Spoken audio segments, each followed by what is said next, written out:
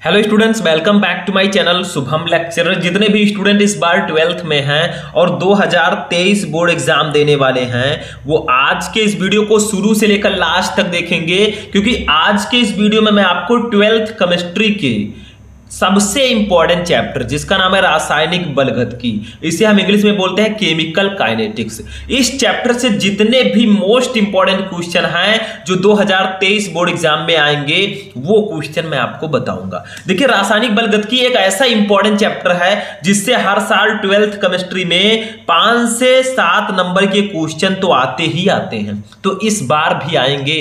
तो इस वीडियो में मैं आपको रासायनिक बलगतिकी चैप्टर के बहुविकल्पीय से विस्तृत तरीके तक जितने भी इंपॉर्टेंट क्वेश्चन है सभी को मैं आंसर के साथ बताऊंगा।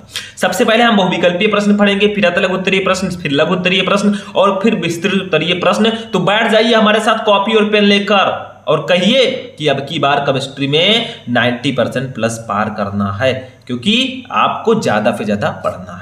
तो सबसे पहले इस वीडियो को लाइक कर दीजिएगा, चैनल पर नए चैनल को सब्सक्राइब कर लीजिएगा ताकि सभी वीडियो आपको टाइम से मिलते रहें और जो बाकी के चैप्टर्स हैं वो भी मैं आपको देता रहूं।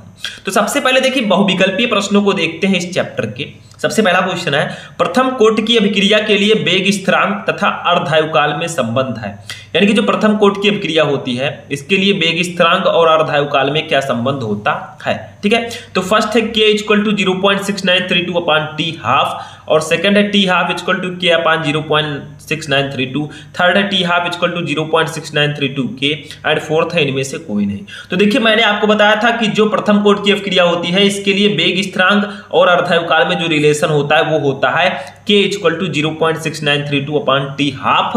तो ये आपका सही आंसर होगा, ऑप्शन नंबर फर्स्ट। ठीक है, ये राइट आंसर होगा। तो ऐसे ही आपको बहुविकल्पीय प्रश्न दिए जाएंगे, आपको आंसर लिखना होगा, सिर्फ कंफ्यूज नहीं होना है क्योंकि ये फॉर्मूला बहुत ज्यादा इंपॉर्टेंट है, इससे न्यूमेरिकल भी आते हैं।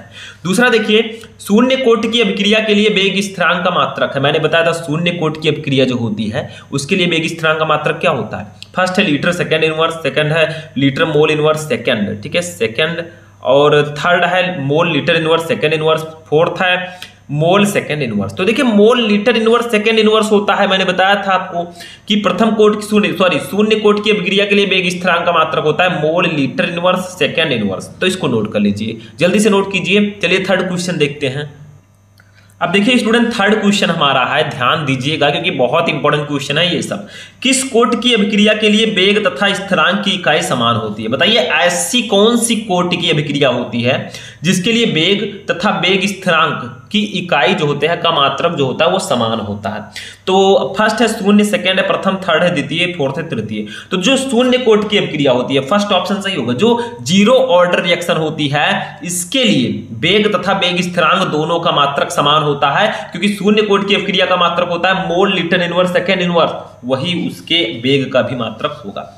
चौथा देखिए क्या है, प्रथम कोट की अभिक्रिया के लिए वेग स्थिरांक की इकाई क्या है। अभी हमने देखा कि शून्य कोट की अभिक्रिया के लिए mole litre inverse second inverse होता है। अब प्रथम कोट की अभिक्रिया है तो इसके लिए जो आंसर होगा वो होगा सेकंड इनवर्स, यानी कि प्रथम कोट की अभिक्रिया के लिए वेग स्थिरांक का मात्रक होता है सेकंड इनवर्स। ठीक है, समझ में आ रहा है ना। शून्य कोट की अभिक्रिया और प्रथम कोट की अभिक्रिया का मात्रक अलग अलग होगा। ठीक है, that is the difference. 5 number question देखिए क्या है, प्रथम कोट की अभिक्रिया के लिए वेग स्थिरांक के का समीकरण है। यानी कि मान लीजिए प्रथम कोट की अभिक्रिया है, उसमें हमें वेग स्थिरांक निकालना है, तो कैसे निकालेंगे। तो इसका फॉर्मूला क्या होगा। फर्स्ट है k = 0.2303 upon t log 10 a upon a - x। a क्या है, a है अभिकारक की प्रारंभिक सांद्रता, a - x क्या है, t समय पश्चात अभिकारक की सांद्रता। ठीक है, दूसरा है k = 4.306 upon t log 10 a upon a - x। Third है k = 2.303 upon t square into log 10 a upon a - x। Fourth है k = 10 upon t log 10 a upon a - x। तो इसका राइट आंसर होगा option number first, k = 2.303 upon t log 10 a upon a - x। ये प्रथम coat की अभिक्रिया के लिए वेग स्थिरांक का मात्रक होगा। यहाँ पर आप समय भी निकाल सकते हैं, ये t समय है, a है अभिकारक की प्रारंभिक सांद्रता, a - x है t समय पश्चात अभिकारक की सांद्रता। ठीक है, बस हो गया, सिंपल सा। तो 5 का फर्स्ट ऑप्शन राइट होगा। चलिए नेक्स्ट क्वेश्चन देखते हैं। अब देखिए स्टूडेंट, हमारा जो ऑब्जेक्टिव क्वेश्चन था बहुविकल्पीय प्रश्न वो फिनिश होता है। हमारे चैप्टर 4 रासायनिक बलगतिकी से यही 5 बहुविकल्पीय प्रश्न सबसे ज्यादा इंपॉर्टेंट हैं। बाकी जो बचते हैं उसको भी आप पढ़ लीजिएगा, लेकिन ये 5 जरूर पढ़ना है।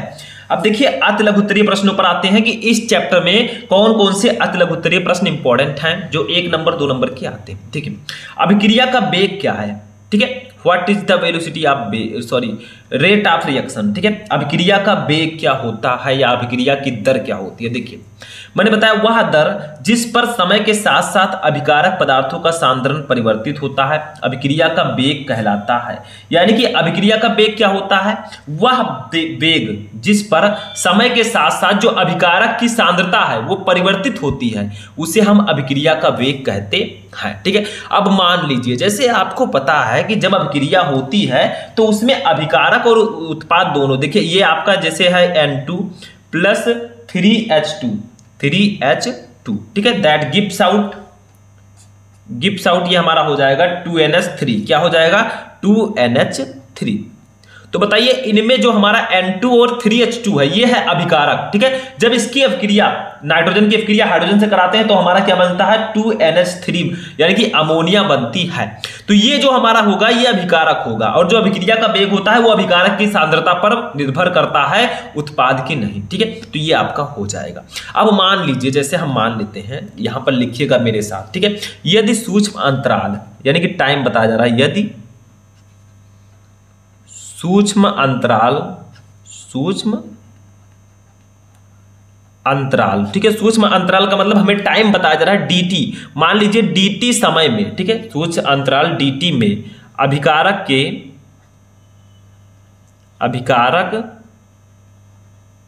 के dx मोल यानी मान लीजिए dx मोल उत्पाद क्या होता है। देखिए जब हम अभिकारक की रिएक्शन कराते हैं तो हमारा उत्पाद बनता है, ये जो NH3 है अमोनिया ये उत्पाद है, ये हैबर विधि का जो है रिएक्शन है। ठीक है, मोल उत्पाद में परिवर्तित होते हैं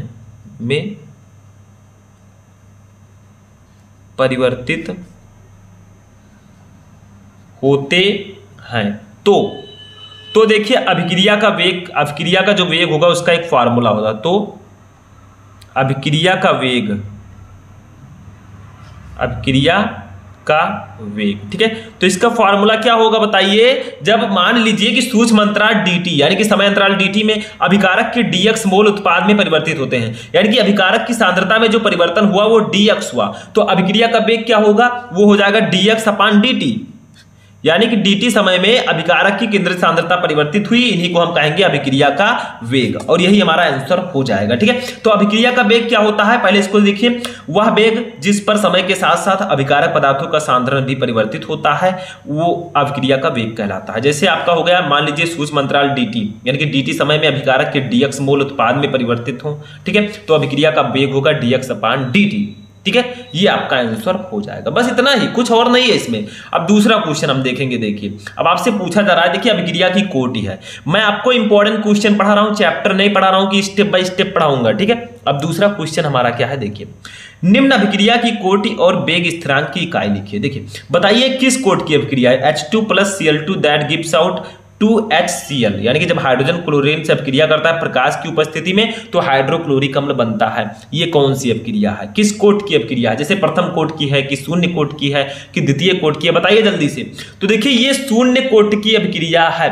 ठीक है, क्यों अपक्रिया शून्य कोट की है, क्योंकि जो अभिक्रियाएं प्रकाश की उपस्थिति में होंगी वो शून्य कोट की अभिक्रिया होंगी, क्योंकि जो अभिक्रिया की कोटि होती है वो अभिकारक की सांद्रता पर निर्भर करती है और यहां पर जो अभिकारक की सांद्रता है वो अभिक्रिया के वेग पर निर्भर नहीं करता है, यानी कि जो इसकी सांद्रता है ये इस पर निर्भर नहीं करती, तो ये क्या होगा, इसकी कोटि जो होगी वो शून्य होगी। ठीक है, क्योंकि मैंने आपको पहले भी बताया कि शून्य कोट की अभिक्रिया क्या होती है, वह अभिक्रिया जिसकी प्रगति में अभिकारक के किसी भी अणु का सांद्रण परिवर्तित ना हो, यानी कि मान लीजिए अभिक्रिया हो रही है और यहां पर किसी अभिकारक जो है हमारा H2 और Cl2 इसमें किसी की सांद्रता में कोई परिवर्तन नहीं हो रहा है, अर्थात जिसका वेग जो है अभिकारक के सांद्रता पर निर्भर नहीं करता, यानी कि अभिक्रिया के वेग जो है इन अभिकारक की सांद्रताओं पर निर्भर नहीं करता, तो ये शून्य कोट की अभिक्रिया होगी। तो हम नीचे लिख देंगे अभिक्रिया शून्य कोट की होगी, अभिक्रिया, या आप लिख सकते हैं उपरोक्त अभिक्रिया शून्य कोट की होगी, शून्य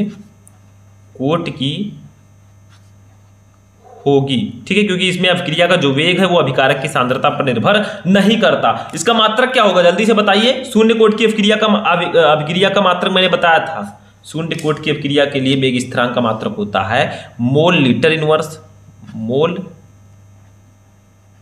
litre inverse second inverse, second inverse, ठीक है। ये मात्रक हो जाएगा, क्योंकि देखिए पहले आपसे पूछा गया कि ये किस कोट की अभिक्रिया है और इसका मात्रक बताइए, तो ये जो है शून्य कोट की अभिक्रिया है और शून्य कोट की अभिक्रिया का मात्रक होता है mole litre inverse second inverse. बस इतना ही हमें करना था, हमने लिख दिया, ठीक है, समझ में आ गया। चलिए नेक्स्ट क्वेश्चन देखते हैं। अब देखिए स्टूडेंट, नेक्स्ट क्वेश्चन हमारा जो है वही क्वेश्चन लगभग आ गया। देखिए शून्य कोट की अभिक्रिया से आप क्या समझते हैं, आपको डेफिनेशन भी देना है, उदाहरण द्वारा समझाइए, इसके वेग स्थिरांक का व्यंजक लिखिए। तो देखिए शून्य कोट की अभिक्रिया क्या होती है, मैंने बताया था वह अभिक्रिया जिसकी प्रगति में अभिकारक के किसी भी अणु का सांद्रण परिवर्तित नहीं होता है, ठीक है, अर्थात जिसका वेग अभिकारक के सांद्रण पर अभिकारक के सांद्रण, तो देखिए यहां पर ये वाला लाइन आप कट कर दीजिए, ठीक है, यहां पर ये वाला लाइन वैसे ही लिख दिया गया है, ठीक है, 2 बार लिख दिया गया है। तो देखिए क्या है, वह अभिक्रिया जिसकी प्रगति में अभिकारक के किसी भी अणु का सांद्रण परिवर्तित नहीं होता है, अर्थात जिसका वेग अभिकारक के सांद्रता पर निर्भर नहीं करता, वो शून्य कोट की अभिक्रिया कहलाती है। यानी कि शून्य कोट की अभिक्रिया में जो अभिक्रिया का वेग होगा वो अभिकारक की सांद्रता पर निर्भर नहीं करेगा, या अभिकारक की किसी भी अणु का सांद्रता उसमें परिवर्तित नहीं होगा, वो शून्य कोट की अभिक्रिया होगी। जैसे मैंने एग्जांपल तो अभी आपको बताया था, उदाहरण बताइए, क्योंकि इसमें मैंने बताया है, ठीक है। जैसे मान लीजिए यहां पर मैंने आपको बताया, ठीक है, उदाहरण, ठीक है। अब उदाहरण में हम क्या ले रहे हैं पहले इसको ध्यान से समझिए, ठीक है। उदाहरण इसका हो जाएगा जैसे सूर्य के प्रकाश की उपस्थिति में, सूर्य, ऐसे उदाहरण लिख देना अच्छा सा बोर्ड एग्जाम में, ऐसे लिखकर नहीं आना है, पहले आपको डेफिनेशन लिखना है फिर उदाहरण लिखना है। प्रकाश की उपस्थिति में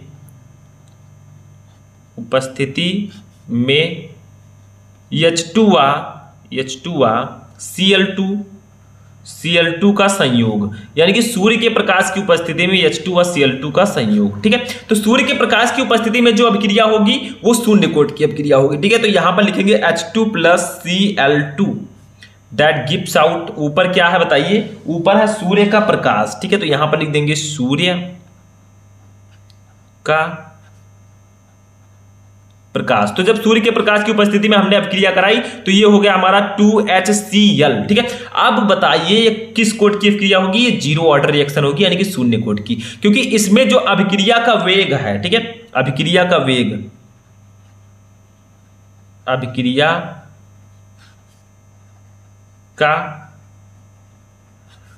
जो है, ठीक है, अभिक्रिया का जो वेग है वो ना तो अभिकारक की सांद्रता पर निर्भर करता है, यानी कि H2 की जो सांद्रता है वो 0 होगी, ठीक है, यहां पर K लिख दीजिएगा ज्यादा बेटर रहेगा। H2 की सांद्रता 0 और Cl2 की सांद्रता भी 0 होगी, ठीक है। तो यहां पर ये इसके अभिकारक की सांद्रता पर निर्भर नहीं करता है, तो ये हमारा होगा शून्य कोट की अभिक्रिया, ठीक है, ठीक है। तो ये हमारा शून्य कोट की अभिक्रिया होगी, क्योंकि देखिए इसमें जो घात है इस पे 0 है, तो 0 है तो ये 0 ऑर्डर रिएक्शन होगा, ठीक है। तो याद रखिएगा जो शून्य कोट की अभिक्रिया होती है इसमें जो अभिक्रिया का वेग होता है वो अभिकारक की सांद्रता पर निर्भर नहीं करता, ठीक है। अब देखिए इसका मात्रक क्या हो जाएगा, मात्रक तो मैंने बता ही दिया है आपको, भी एक बार और बता देता हूं, ठीक है, क्योंकि ये क्वेश्चन ऐसे आता है।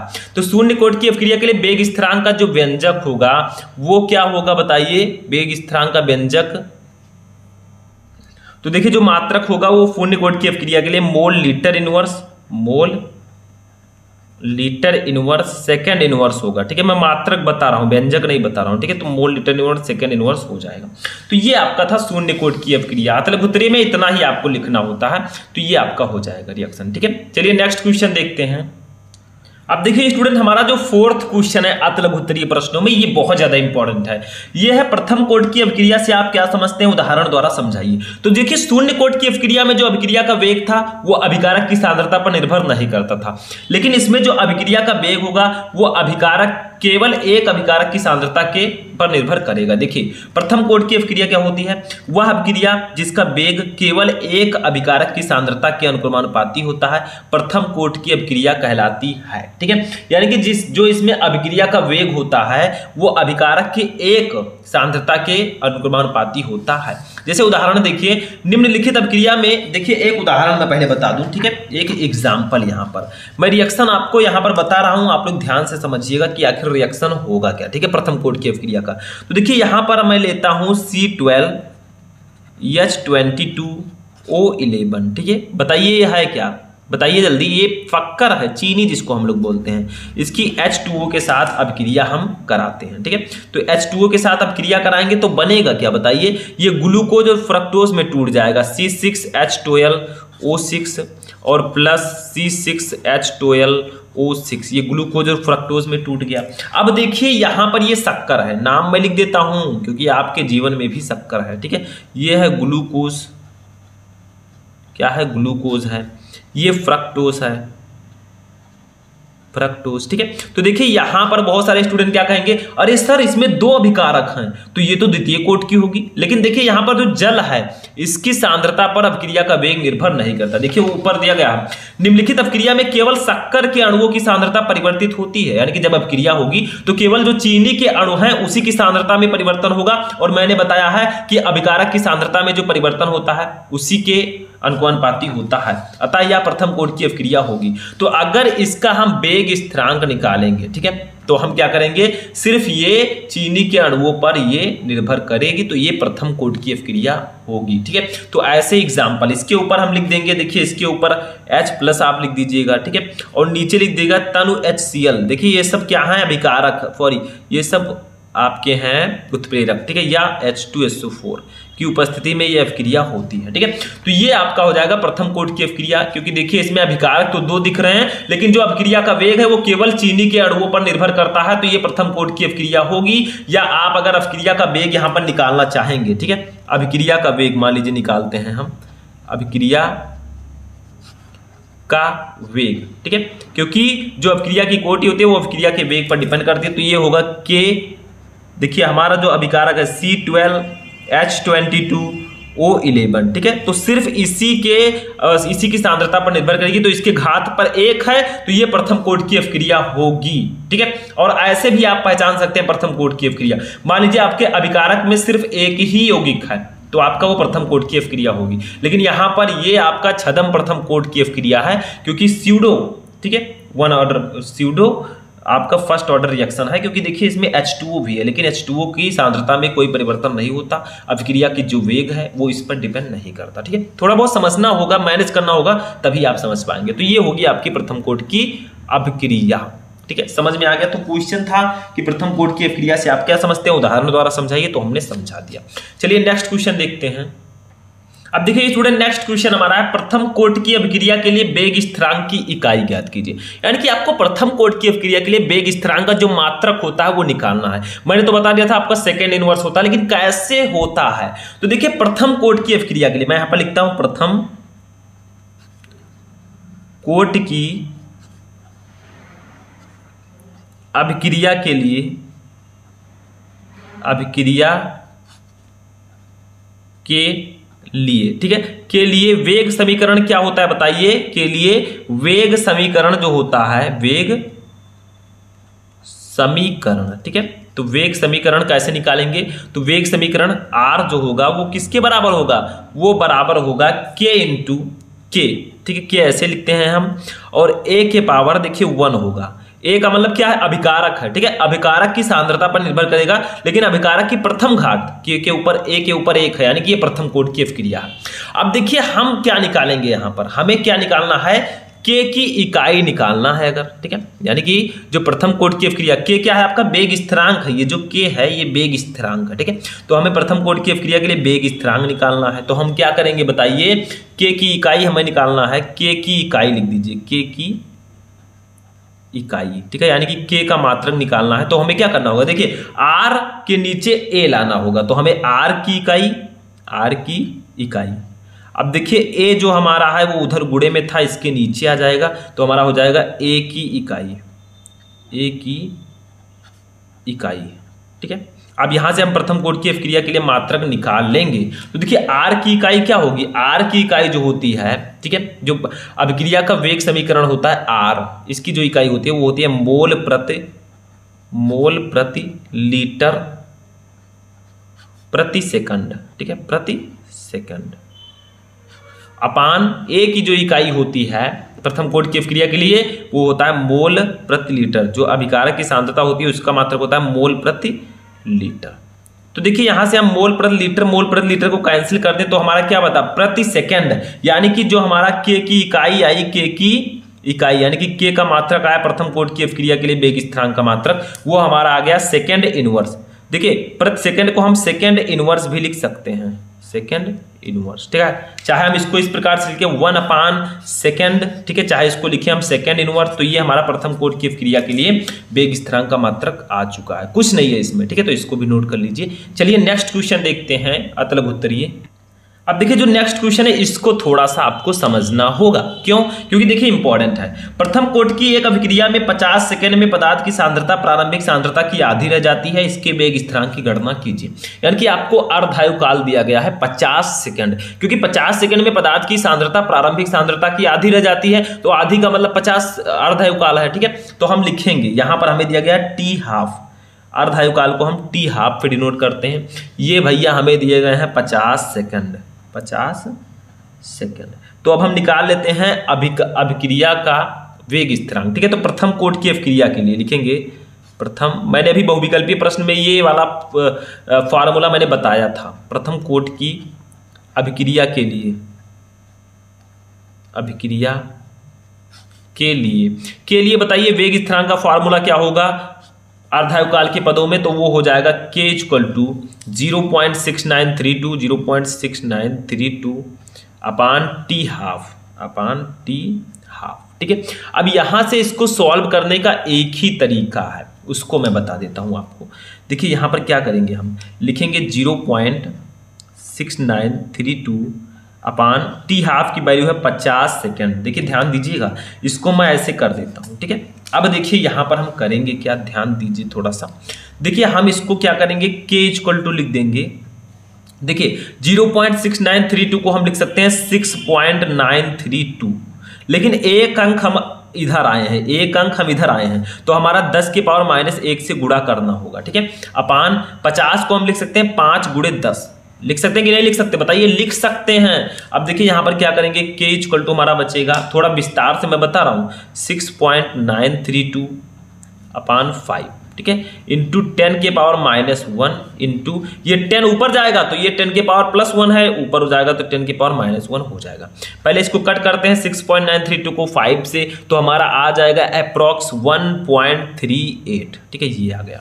बस इसको सॉल्व कर लेंगे तो हमारा आ जाएगा k = 1.38 इंटू ये 10 के पावर -1, ये -1 माइनस प्लस दोनों जुड़ जाएंगे, -2 हो जाएगा। इसका मात्रक होगा प्रथम कोटि की अभिक्रिया के लिए वेग स्थिरांक का मात्रक बताइए, सेकंड इनवर्स, और यही हमारा आंसर हो जाएगा। कुछ नहीं है इसमें, हलवा है बिल्कुल, बस आपको क्या करना है, ये फॉर्मूला याद होना चाहिए, ठीक है, अर्धायु काल के पदों में। तो ये थे हमारे 6 मोस्ट इंपॉर्टेंट अति लघु उत्तरीय प्रश्न। तो हमने बहुविकल्पीय प्रश्न इस चैप्टर के पढ़े, अति लघु उत्तरीय प्रश्न पढ़े। अब चलिए लघु उत्तरीय प्रश्नों को देखते हैं।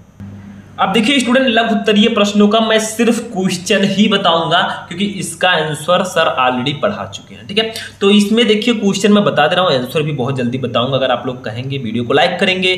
तो देखिए लघु उत्तरीय प्रश्न में कौन कौन इंपॉर्टेंट है। फर्स्ट है आणविकता तथा कोटि में अंतर स्पष्ट कीजिए, यानी कि molecularity, difference between molecularity and order of reaction, ठीक है।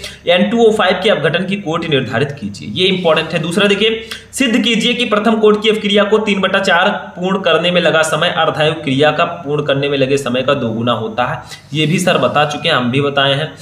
तीसरा है एक प्रथम कोटि की अभिक्रिया 100 सेकंड में 50% संपन्न होती है, अभिक्रिया का वेग स्थिरांक ज्ञात कीजिए। ये उसी फॉर्मूले से लगेगा, प्रथम कोटि की अभिक्रिया वाला जो था, k = 2.3003 upon t log 10 a upon a minus x, ठीक है, उसी से लगाएंगे हम लोग। और मैंने बताया भी ये न्यूमेरिकल, आप लोग सर्च कीजिए रासायनिक बलगत इंपॉर्टेंट न्यूमेरिकल शुभम लेक्चर, आपको वीडियो मिल जाएगा।